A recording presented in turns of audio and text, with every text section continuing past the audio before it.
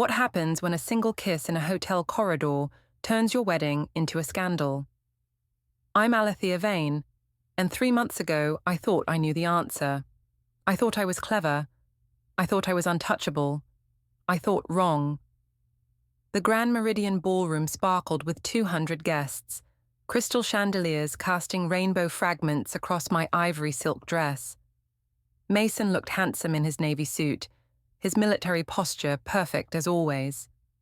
At 36, my new husband carried himself with the quiet confidence of someone who'd spent years in army intelligence before transitioning to corporate security work. "You look radiant," whispered my maid of honor, Sophie, as she adjusted my train. "This is your fairy tale moment." I smiled, accepting congratulations from relatives and college friends.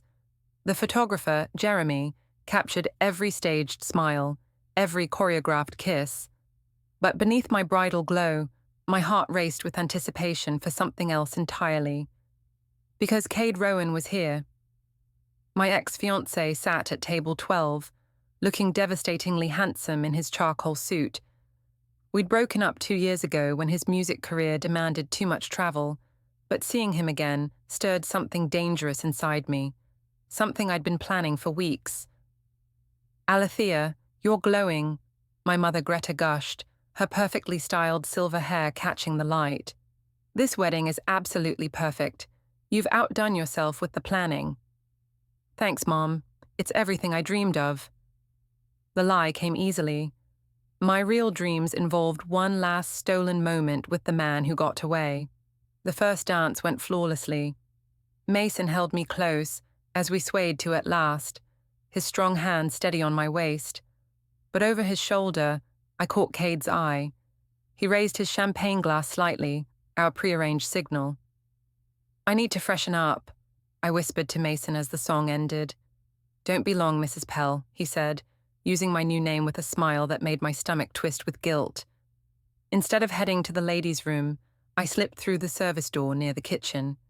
The hotel's back corridors smelled of industrial carpet and linen carts.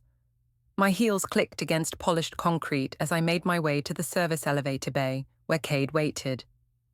"You actually came," he said, his familiar voice sending shivers down my spine. "I told you I would. One last time, right? Just to say goodbye properly." He stepped closer, and I could smell his cologne, the same one he'd worn throughout our relationship. "Are you sure about this? You just got married." "It's just a kiss, Cade. It doesn't mean anything. Mason will never know." But it did mean something. When Cade's lips met mine, I felt alive in a way I hadn't in months. His hands tangled in my carefully styled hair, messing up 3 hours of professional work. I pressed against him, my wedding dress rustling against the concrete wall. "God, I missed you," he murmured against my neck. "I know. Me too." I pulled back, smoothing my dress. "But this is it. This is goodbye." "If you say so." His smile suggested he didn't believe me. I checked my reflection in the service elevator's polished doors, fixing my lipstick and hair as best I could. 47 minutes had passed, longer than I'd intended, but surely no one would notice. Weddings were chaotic. People lost track of time. Back in the ballroom, I rejoined the celebration with renewed energy. The guilt felt manageable, almost exciting. I'd gotten my closure. Mason was none the wiser. What harm could one kiss really do? "Where were you?" asked Mason's friend Derek, a fellow security contractor. "I was looking for you during the bouquet toss." "Oh, you know how it is. Bathroom emergencies, dress adjustments, wedding stuff." I laughed airily, but something in Derek's expression made me uneasy. The rest of the reception passed in a blur of cake cutting, toasts, and dancing. My father, Arthur, gave a rambling speech about responsibility and commitment that made me squirm. Mason's sister, Naomi, hugged me tightly and welcomed me to the family. 6-year-old Piper, Mason's daughter from his first marriage, twirled in her flower girl dress. "Alethea, you smell different," Piper said innocently. "Like boy perfume." My blood ran cold, but I forced a laugh. "You have such an imagination, sweetheart." As the evening wound down, I felt triumphant. I'd pulled it off. One last kiss with my ex, and no one suspected a thing. Mason helped me out of my dress that night, his hands gentle and reverent. "Best day of my life," he whispered as we fell asleep. I should have felt guilty. Instead, I felt clever. But cleverness, I was about to learn, is no match for a man who spent years in military intelligence. The first sign of trouble came 3 days after our honeymoon in Napa Valley. Mason was quieter than usual, spending long hours in his home office with the door closed. I told myself he was catching up on work, but something felt off. "Jeremy wants to schedule our photo review session," I announced over breakfast. "He says he has some beautiful shots from the reception." Mason barely looked up from his coffee. "That's nice. Are you okay? You've been distant since we got back." "Just tired. Work's been demanding." I wanted to believe him, but Mason wasn't the type to let work stress affect his mood. In 2 years of dating and 6 months of engagement, I'd never seen him this withdrawn. My phone buzzed with a text from Cade. "Can't stop thinking about Saturday. When can I see you again?" I quickly deleted it, glancing at Mason. He was reading something on his tablet, his jaw tight with concentration. "What's so interesting?" I asked. "Security protocols. Nothing you'd find exciting." That afternoon, I met Sophie and my other bridesmaids, Leela and Miranda, for lunch at our usual spot downtown. They were eager for wedding gossip and honeymoon details. "So, how was the first married weekend?" Sophie asked, raising her mimosa. "Perfect," I lied. "Mason's been so attentive." "And how was your little reunion with Cade?" Miranda lowered her voice conspiratorially. "Did you actually go through with it?" I'd confided my plan to them weeks before the wedding, framing it as harmless closure with an ex. They'd been skeptical, but ultimately supportive. "It was nothing. Just a quick goodbye kiss. Very anticlimactic, actually." "Well, you got it out of your system," Lila said. "Now you can focus on being a wife." But I hadn't gotten it out of my system. Cade's text proved that neither had he. The kiss had rekindled something I thought was dead, and the thrill of the secret made everything more intense. That evening, Mason's phone rang during dinner. He glanced at the caller ID and stepped outside to take it. "Sorry about that," he said when he returned. "Derek had some questions about a client." "Derek from the wedding? What kind of questions?" "Technical stuff. You know how it is in our line of work." I didn't know, actually. Mason rarely discussed his security consulting work in detail, citing client confidentiality. But something about his tone set off alarm bells. Later that week, I arrived at Jeremy's photography studio for our appointment. The studio occupied the second floor of a converted warehouse, with exposed brick walls and industrial lighting that made everything look artistic. "Alethea, perfect timing," Jeremy called from behind his computer monitors. "I was just finishing up the final edits. You're going to love these shots." I settled into the leather chair beside his desk, eager to see our professional photos. Jeremy pulled up the gallery, and I gasped at the first image, Mason and me during our first dance, looking like something from a fairy tale. "These are incredible," I breathed. "Wait until you see the candid shots. I caught some beautiful unguarded moments." He clicked through dozens of images. Guests laughing, children dancing, my parents beaming with pride. "Oh, before I forget," Jeremy said, minimizing the photo gallery. "I need to forward these files to Mason. What's his email again?" "mason.pell.security@gmail.com," I recited automatically. Jeremy opened his email client, and I watched him attach the photo files. But as he composed the message, I noticed something that made my blood freeze. The email thread he was replying to wasn't just about wedding photos. Mixed in with Jeremy's professional correspondence were several messages between Cade and me, including the one where I'd written, "One last time, then we're done. Meet me by the service elevator during the reception." "Wait, Jeremy, don't..." But he'd already hit send. "Perfect. Mason should have everything within the hour." Jeremy turned back to the monitor. Now, let me show you my favorite shot from the cake cutting. I barely heard him. My mind raced as I tried to figure out how my private messages with Cade had gotten mixed into Jeremy's email thread. Then I remembered. Jeremy had been copying correspondence about wedding vendors to all parties involved.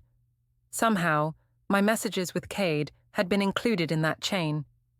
I need to go, I said abruptly, grabbing my purse.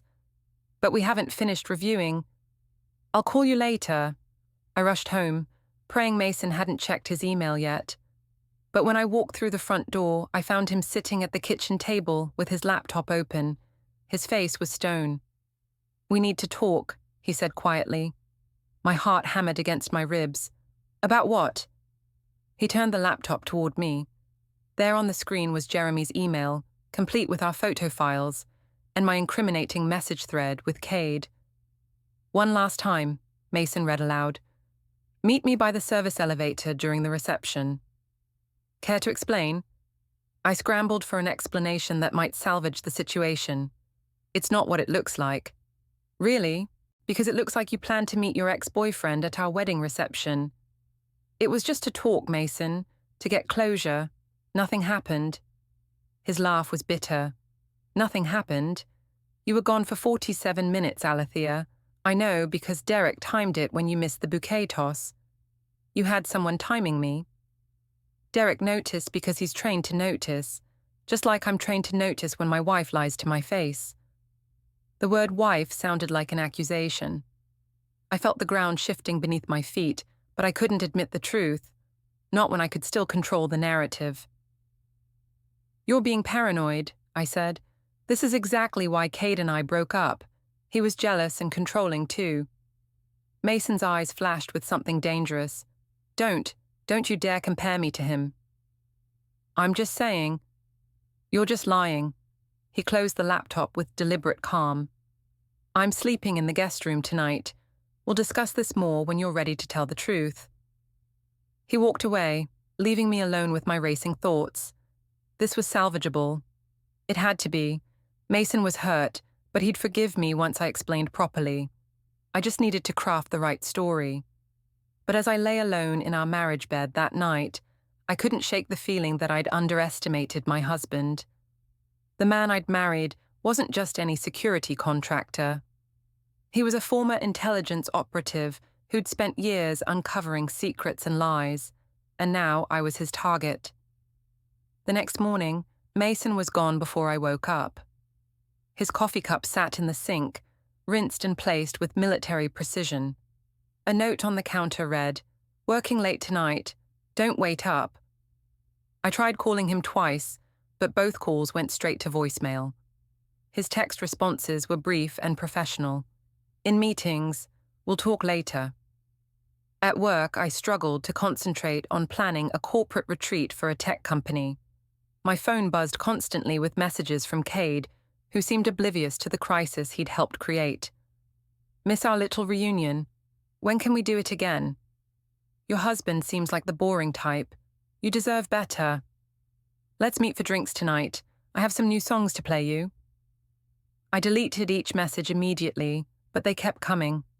Cade had always been persistent, but this felt different. More urgent. Like our wedding kiss had awakened something in him too. That evening, I came home to find Mason's car in the driveway, but the house felt empty. I found him in the guest bedroom he'd converted into a home office, surrounded by manila folders and printed documents. "What's all this?" I asked from the doorway. He didn't look up from his work. "Research. For a client. Something like that." I stepped closer, trying to read the papers spread across his desk. I caught glimpses of hotel letterhead, time-stamped receipts, and what looked like email printouts. "Mason, we need to talk about what happened. I can explain." "Can you explain this?" He held up a printed hotel folio. "Service elevator access at 8:47 p.m. on our wedding night. Keycard logged to the corridor where you claimed to be in the bathroom." My mouth went dry. "How did you get that?" "I have contacts in hotel security. Professional courtesy." His voice was eerily calm. "The bathroom you claimed to use? No keycard access required." but the service elevator, that's restricted access only. I sank into the chair across from his desk. You're investigating me. I'm documenting facts. There's a difference. This is crazy, Mason. We're married.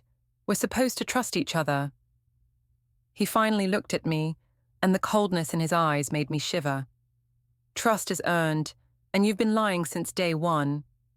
I haven't. The photographer's metadata shows you were out of the main ballroom for 47 minutes. The hotel's keycard logs show service elevator access during that exact window. Your rideshare account shows a car ordered to Cade's apartment building at 11:30 p.m., 3 weeks before our wedding. Each fact hit me like a physical blow. You hacked my rideshare account. I didn't hack anything. I requested data from accounts we share, legal and above board. He shuffled through more papers. Would you like to see the GPS route? Or maybe the credit card charge for drinks at the hotel bar where you met Cade to plan this whole thing? I felt the room spinning. You're acting like I committed a crime. Fraud is a crime, Alethea. Marrying someone under false pretenses is fraud. The word fraud hit me like ice water. That's ridiculous. I love you. Do you? Because your browser history suggests otherwise. Searches for how to reconnect with an ex and is it cheating if you're not married yet don't exactly scream devotion. I stood up abruptly, knocking over the chair. I can't believe you're spying on me like this. This isn't love. It's obsession. Mason's laugh was humorless. I spent 5 years in military intelligence, Alethea. When someone lies to me, I notice. When someone betrays me, I document it. It's not obsession, it's training. So what happens now? You divorce me. Divorce is for people who were actually married. What we had was a performance based on deception. He opened a thick folder labeled Legal Options. Annulment, on the other hand, is for marriages that were never valid to begin with. The word annulment made my knees weak. You can't be serious. I'm very serious. I've already consulted with an attorney. I felt panic rising in my chest. This wasn't how things were supposed to go. Mason was supposed to be hurt, maybe angry, but ultimately forgiving. He was supposed to love me enough to overlook one mistake. Mason, please, it was just a kiss. It didn't mean anything. If it didn't mean anything, why lie about it? Why plan it weeks in advance? Why continue texting him afterward? How do you know about phone records, Alethea? Shared account, remember? He pulled out another document. 17 text messages since our wedding. Would you like me to read them aloud? I backed toward the door, feeling trapped. This is insane. You're destroying our marriage over nothing. I'm not destroying anything. You destroyed it the moment you decided to betray me at our own wedding. His voice remained maddeningly calm. I'm just documenting the wreckage. That night, I lay awake listening to the printer running in Mason's office. Page after page, fed through the machine, each one another nail in the coffin of my marriage. I thought about sneaking in to see what he was printing, but something told me I didn't want to know. The next morning, I found Piper in the kitchen making cereal. Mason must have picked her up for his custody weekend. Hi, Alethea, she said cheerfully. Daddy's been working all night. He has lots of papers.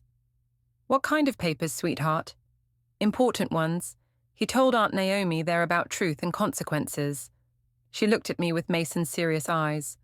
What are consequences? They're what happen when people make bad choices, I said, my voice barely a whisper. Did someone make a bad choice? I looked at this innocent child, my stepdaughter, and realized I was about to lose her too. Whatever Mason was planning, it was bigger than just ending our marriage. He was building a case, and I was the defendant. The process server found me at Jeremy's photography studio the following Tuesday. I'd returned to retrieve some personal items I'd left during our disastrous photo review, hoping to convince Jeremy to somehow undo the email disaster. Are you Alethea Marie Vane? The woman was professionally dressed, carrying a leather portfolio. Yes, that's me. You've been served. She handed me a thick manila envelope, then produced a small recording device. Please state your full name for confirmation of service. My hands shook as I took the envelope. Jeremy and his assistant watched from behind the reception desk, their expressions a mix of curiosity and concern. What is this?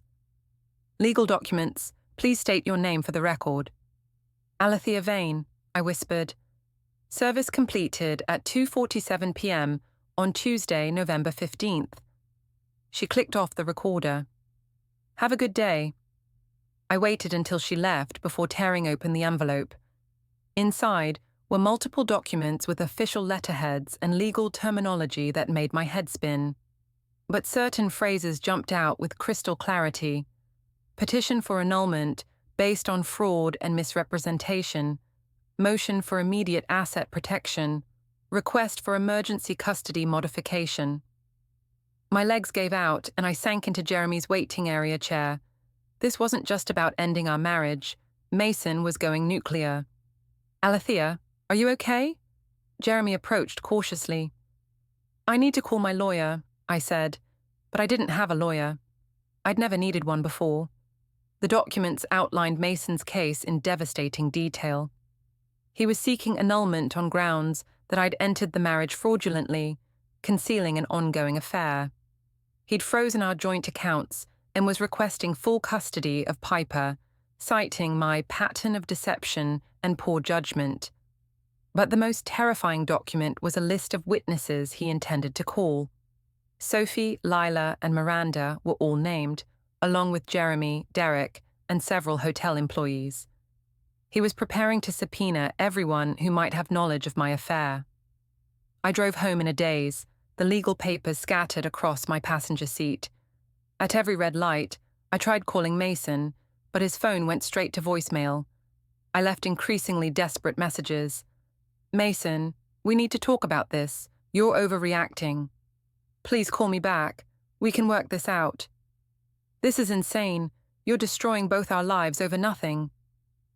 When I arrived home, I found the locks changed. A note taped to the front door directed me to contact Mason's attorney for access to retrieve personal belongings. I sat in my car in our driveway, my former driveway, and finally broke down crying. My phone rang. Cade's name flashed on the screen. What? I answered through tears. Whoa, you sound upset. What's wrong? Everything's wrong. Mason found out about us. He's filing for annulment. There was a long pause. Seriously, over one kiss? It's not just about the kiss, Cade. He has evidence of everything. The planning, the messages, the hotel records. He's treating it like a criminal investigation. That's crazy. What kind of guy investigates his own wife? The kind who used to work in military intelligence, I said bitterly. Another pause. Look, maybe this is a sign. We both felt something that night. Maybe we should explore it. I couldn't believe what I was hearing. Cade, I'm about to lose everything. My marriage, my home, my stepdaughter. This isn't romantic, it's a disaster. I'm just saying when one door closes, I hung up on him. That evening, I drove to my parents' house in the suburbs. My mother answered the door in her silk robe, her face immediately creasing with concern. Alethea, what are you doing here so late? Mason kicked me out, I said, collapsing into her arms. She led me to the living room where my father was watching the news. I told them everything. Well, almost everything. I framed the situation as Mason overreacting to innocent contact with an ex-boyfriend. He's being completely unreasonable, I concluded. One conversation with Cade, and he's acting like I committed adultery. My father muted the television. What exactly happened with this ex-boyfriend? Nothing, Dad. We talked at the wedding. That's it. But my mother's expression was skeptical. Alethea, honey, men don't usually react this strongly to nothing. What aren't you telling us? Before I could answer, my phone buzzed with a text from Sophie. Just got served with a subpoena. What the hell is going on? Then Lila. A process server came to my office. Are you okay? Then Miranda. We need to talk. This is getting serious. I stared at the messages, realizing the full scope of Mason's strategy. He wasn't just ending our marriage, he was exposing my lies to everyone who mattered to me. I need to go, I told my parents. Alethea, wait, my mother called. If you're not telling us the whole truth. But I was already heading for the door. I couldn't face their questions, not when I could barely face the truth myself. Back in my car, I tried to think of my options. I could hire a lawyer, but that would cost money I didn't have access to with our accounts frozen. I could try to negotiate with Mason, but he wasn't taking my calls. I could tell everyone the truth, but that would only confirm his allegations. For the first time since this nightmare began, I realized I might actually lose everything. And Mason was just getting started. The next morning, I woke up on my parents' couch to find my mother standing over me with a cup of coffee and a grim expression. "We need to talk," she said. I sat up, my neck stiff from sleeping on the antique sofa. "What time is it?" 8:30. Your father's already left for work." She handed me the coffee. "Sophie called here looking for you. She sounded upset." My phone had died sometime during the night. When I plugged it in, it immediately buzzed with dozens of missed calls and messages. Sophie, Leela, and Miranda had all been trying to reach me since yesterday evening. "I'm meeting them for breakfast," I said, heading toward the guest bathroom. "We need to get our stories straight." My mother caught my arm. "Stories? Alethea, what really happened at your wedding?" "Mom, I can't deal with this right now." "You're going to have to deal with it. Your husband is subpoenaing your friends. That doesn't happen over innocent conversation." I pulled away from her. "I'll handle it." But I wasn't handling anything. I was drowning. An hour later, I met Sophie, Lila, and Miranda at our usual brunch spot. They were already seated when I arrived, their faces tense with worry. "Finally," Sophie said as I slid into the booth. "What is going on?" "I got served with a subpoena yesterday, demanding all communications related to your wedding and relationship with Cade." "Same here," Lila added. "The process server came to my workplace. It was humiliating." Miranda leaned forward. "Alethea, they want our group chat records. All of them, including the messages where we helped you plan to meet Cade." I felt the walls closing in. "You don't have to give them anything. Subpoenas can be challenged." "With what lawyer?" Sophie snapped. "I can't afford to fight this, and neither can they. We're going to have to comply. But if you give them the messages, then they'll see exactly what we discussed," Lila finished, "including you asking us to cover for you if anyone asked where you were during the reception." I had asked them that. In the group chat, weeks before the wedding, I'd joked about needing alibis for my goodbye kiss with Cade. At the time, it seemed harmless. Friends helping friends with romantic closure. Now, those messages would prove premeditation. "Look," I said, trying to sound confident, "Mason's just trying to scare me. He doesn't actually want an annulment. He's hurt, and he's lashing out." "Are you sure about that?" Miranda pulled out her phone. "Because I did some research on annulment law. If he can prove fraud, like concealing an ongoing affair, the marriage can be voided as if it never happened." "It wasn't an affair. It was one kiss." "Was it?" Sophie's voice was sharp. "Because some of those messages suggested more than one meeting." They were right, of course. Cade and I had met twice before the wedding, once for drinks to plan our goodbye, and once for coffee to confirm the details. Both meetings had involved kissing, touching, and promises of one last time at the reception. "I need your support right now," I said. "We're friends." "We were friends," Lila corrected, "but you lied to us too. You said it was harmless closure, but you were planning an ongoing affair." "That's not true." "Then why did you ask us to delete the group chat after the wedding?" Miranda demanded. "Innocent people don't destroy evidence." I had asked them to delete our messages, claiming I wanted to start fresh as a married woman. Really, I'd been covering my tracks in case Mason ever saw our phones. "I think we should cooperate with the subpoenas," Sophie said quietly. "I'm not going to perjure myself to protect your lies." "Some friends you are," I snapped. "Some friend you are," she shot back. "You used us as accomplices in cheating on your husband at your own wedding." I left the restaurant feeling more alone than ever.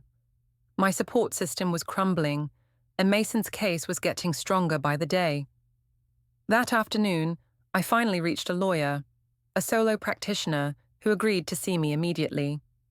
David Chen's office was small and cluttered, nothing like the sleek corporate firms in downtown.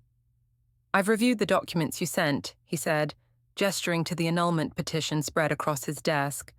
"I have to be honest, this is a strong case." But it was just one kiss. "Mrs. Pell, the evidence suggests premeditation, deception, and ongoing contact with your affair partner. The hotel records, phone logs, and witness statements paint a picture of deliberate fraud. So, what are my options?" "Limited. We could try to negotiate a settlement, but your husband seems focused on annulment rather than divorce. That suggests he wants to void the marriage entirely, not just end it." "What's the difference?" "Divorce acknowledges the marriage existed but failed. Annulment declares it never legally existed at all. No alimony, no community property, no spousal rights." I felt sick. "How long do I have to respond?"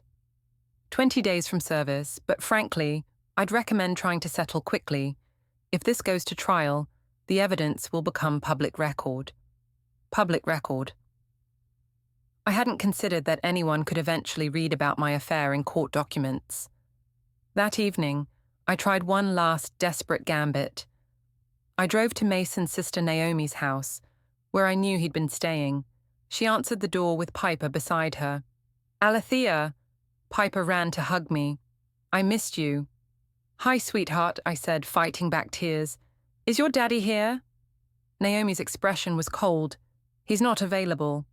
"Please, I just need to talk to him. We can work this out." "Like you worked out your wedding vows?" Naomi's voice dripped with disgust. "Piper, go play in the backyard." Once Piper was gone, Naomi stepped onto the porch and closed the door behind her. "You have some nerve coming here," she said. "I made a mistake, but Mason's overreacting." "Overreacting? You cheated on him at your wedding. In front of his daughter, his friends, his family. You humiliated him. It was one kiss. It was betrayal. And now you want him to just forgive and forget." "I want him to remember that he loves me." Naomi laughed bitterly. "Love? You don't destroy someone you love. Mason is the most loyal, honest man I know. He deserved better than you." "I can change. I can be better." "It's too late for that. The damage is done." She turned toward the door. "Don't come here again, and don't contact Piper. You've hurt this family enough." As I drove away, I saw Mason's car pull into Naomi's driveway. He didn't even look at me as I passed. 3 days later, I missed the deadline to respond to the annulment petition. My lawyer had withdrawn after I couldn't pay his retainer, and I couldn't afford anyone else. Mason's attorney filed for default judgment. The marriage that had lasted 3 months was about to be erased as if it never existed at all. The courthouse steps felt like a walk to the gallows. I'd managed to scrape together enough money for a consultation with another attorney, hoping to stop the default judgment, but it was too late. The hearing was set for today, and Mason held all the cards. Inside the family court building, fluorescent lights reflected off plastic sleeve protectors in manila folders. The institutional smell of floor wax and anxiety filled my nostrils as I found the correct courtroom. Mason sat at the plaintiff's table with his attorney, a sharp-dressed woman who looked like she ate people like me for breakfast. Between them sat a thick binder with numbered tabs, his evidence collection. I took a seat in the gallery, having no legal representation. My parents hadn't come. Neither had my former friends. I was completely alone. "Case number FC 2023-4471, Pell versus Vane," the clerk announced. "Petition for annulment." Mason's attorney, Jennifer Walsh, stood and addressed the judge. "Your Honor, we're seeking annulment based on fraud and misrepresentation. The respondent entered into marriage while concealing an ongoing affair and planning continued adultery." "Proceed with your evidence," Judge Martinez said. What followed was a methodical destruction of my character and credibility. Attorney Walsh presented the hotel keycard logs, time-stamped to the minute. Security camera stills showing Cade and me in the service corridor. The photographer's email thread with my incriminating messages. Exhibit G, she announced, is a voicemail the respondent left threatening to damage my client's security clearance if he proceeded with this action. I'd forgotten about that voicemail. In a moment of panic, I'd called Mason and threatened to tell his employer he was unstable and vindictive. The recording played in the silent courtroom, my voice shrill with desperation. You think you can destroy my life?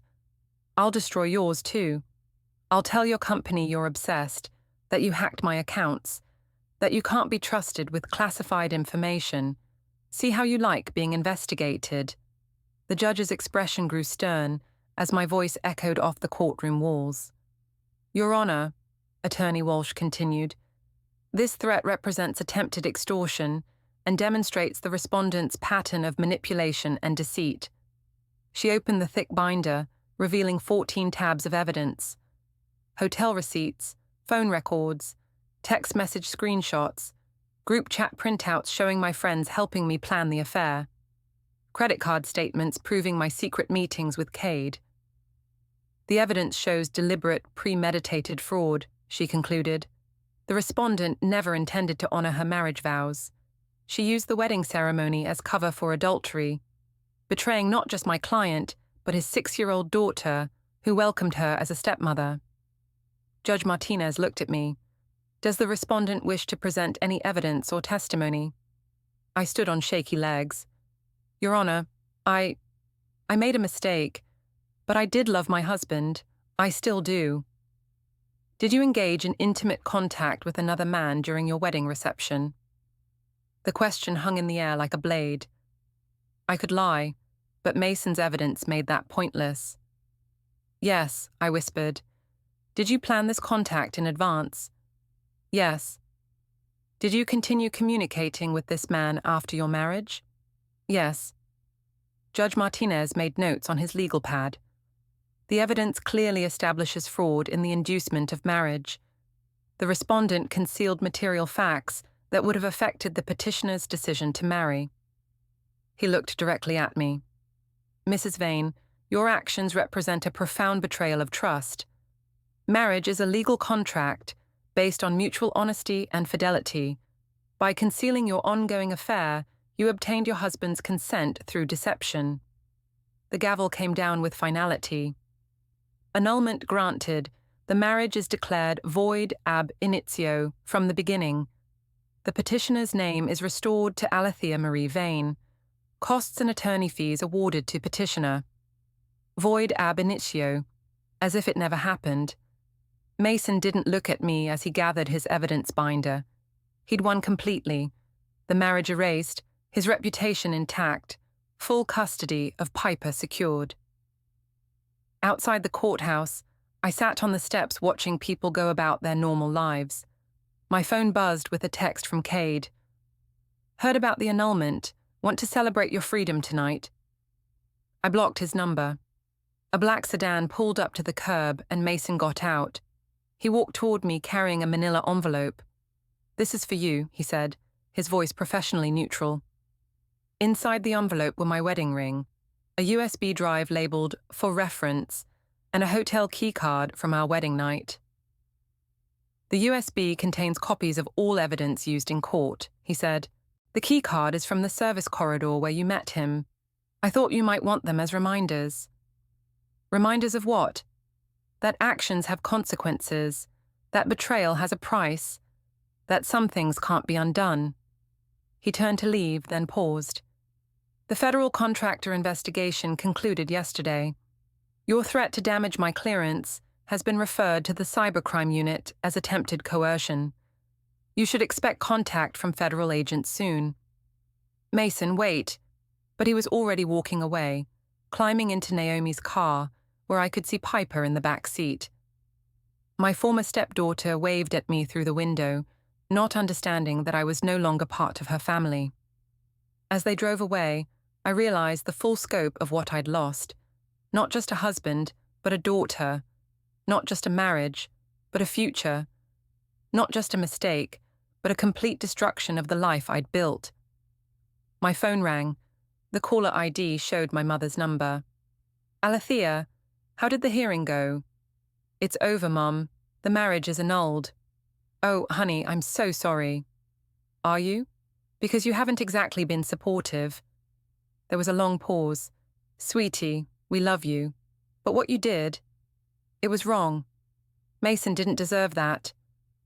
Even my own mother was taking his side. I have to go, I said. Where will you stay? You can come home. No, I need to figure this out myself. I hung up and looked at the courthouse behind me.